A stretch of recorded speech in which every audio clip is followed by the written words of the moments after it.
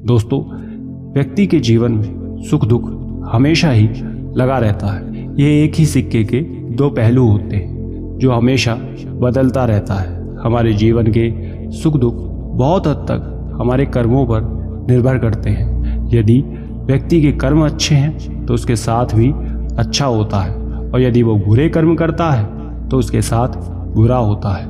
ये सब कुछ कर्मों का फेर है। लेकिन जीवन में कभी कभी हम ऐसे मोड़ पे आते हैं जब हम कर्म तो अच्छे करते हैं लेकिन उसका परिणाम हमेशा विपरीत मिलता है। भलाई के बदले बुराई मिलती है और बुरे करने वाले के साथ अच्छा हो जाता है। और ये देख तब व्यक्ति भीतर से निराश हो जाता है कि उसके साथ ऐसा क्यों हुआ। उसके भीतर एक प्रश्न आता है कि व्यक्ति का बुरा होना ही उचित है, क्योंकि जो बुरा करता है वो सुखी है और अच्छा कर्म करने वाला दुखी। तो ज्यादा तो फायदा तो बुरे कर्म करने में ही है। और तब व्यक्ति अक्सर स्वयं को एक बुरे मार्ग में भटका देता है। लेकिन क्या ये सच है कि जो व्यक्ति बुरे कर्म करता है आज के समय में वो ज्यादा सुखी है? आज भी इसी प्रश्न का उत्तर हम आपको देंगे, वो भी गीता के अनुसार। तो दोस्तों, भगवत गीता एक ऐसा धार्मिक ग्रंथ है जहां व्यक्ति की कई समस्याओं का हल मिल जाता है। हम तो ये कहेंगे कि आपकी सभी समस्याओं का हल मिल जाएगा यदि व्यक्ति भगवत गीता का पाठ करे। तो उसके जीवन में उसे खुश रहने की कई वजह मिल जाएंगी। तो चलिए जानते हैं आपके प्रश्नों के उत्तर को। भगवत गीता में वर्णित एक कथा के अनुसार जब भी अर्जुन के मन में कोई दुविधा होती, प्रश्न होता, तो वो हमेशा ही कृष्ण के पास जाया करते थे और उनसे अपने प्रश्नों का उत्तर लिया करते थे। एक बार अर्जुन श्री कृष्ण से जाकर कहते हैं कि मुझे आपसे एक प्रश्न का उत्तर जानना है जो काफी समय से हमारे भीतर चल रहा है। श्री कृष्ण कहते हैं कि क्या प्रश्न है, बताओ। तब अर्जुन कहते हैं कि अच्छे लोगों के साथ हमेशा बुरा क्यों होता है और बुरे लोगों के साथ अच्छा कैसे होता है?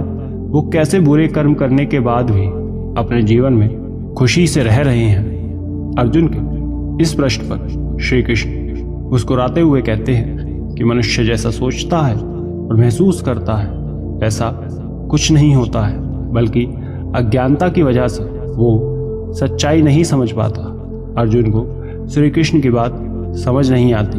तब श्री कृष्ण उन्हें विस्तार से समझाते हुए कहते हैं कि पार्थ, मैं तुम्हें एक कथा सुनाता हूँ। उसे सुनकर तुम समझ जाओगे कि हर प्राणी को उसके कर्म के हिसाब से ही फल मिलता है। प्रकृति हर किसी को अपना मार्ग चुनने का अवसर देती है। अब वो मनुष्य की इच्छा पर निर्भर करता है कि उसे धर्म की राह चुननी है या फिर अधर्म की। एक नगर में दो पुरुष रहते थे। पहला व्यक्ति व्यापारी था और स्वभाव का बड़ा शांत था। वो हमेशा धर्म कर्म का कार्य किया करता। पूजा पाठ में उसका पूरी तरह से मन लगा हुआ था। लेकिन वहीं दूसरे व्यक्ति का स्वभाव बिल्कुल विपरीत था। एकदम वो दुष्ट था, हमेशा अनीति और अधर्म के मार्ग पर चला करता था। वो भी व्यापारी की तरह प्रतिदिन मंदिर जाया करता था, लेकिन पूजा पाठ करने नहीं बल्कि चोरी करने के उद्देश्य से। वो हमेशा मंदिर के बाहर से जूते चप्पलों को चुरा लिया करता और उन पैसों से नशा करता था। हमेशा झूठ बोला करता था। एक दिन उस नगर में बहुत तेजी से बारिश हो रही थी। कोई मंदिर में था नहीं। चोर मौका देख मंदिर में चला जाता है और मंदिर से सारा धन चुरा लेता है। जब बारिश बंद होती है और पुजारी मंदिर में जाता है तो देखता है कि मंदिर की तिजोरी में पैसे नहीं है। संयोग से उसी समय ये व्यापारी मंदिर में दर्शन करने गया हुआ था। उसे मंदिर में अकेले देख पुजारी उस पर चोरी का नाम लगा देता है। व्यापारी स्वयं पर इतना बड़ा आरोप देख सन्न रह जाता है। वो सभी से कहता है कि उसने चोरी नहीं की, किंतु कोई उसकी बात पर यकीन ही नहीं करता। सभी उसे बहुत भला बुरा कहते हैं, उसका अपमान करते हैं। व्यक्ति इन सब से बहुत दुखी हो जाता है और निराश मन से मंदिर से बाहर निकल जाता है। उसके लिए ये एक बहुत बड़ा आरोप था। सभी बातें उसके भीतर घूम रही थी। वो यही सब सोचता हुआ रास्ते पर जा रहा था कि तभी तेजी से एक गाड़ी वहां आ जाती है और व्यापारी को टक्कर मार देती है, जिसके कारण वो चोटिल हो वहीं गिर जाता है। वहीं दूसरी तरफ वो चोर जो धन लेकर भागा था, वो मन ही मन बड़ा खुश होता है कि उसके हाथ इतना बड़ा धन लगा। तभी कुछ दूर जाकर उसे एक और धन से भरी पोटली मिल जाती है।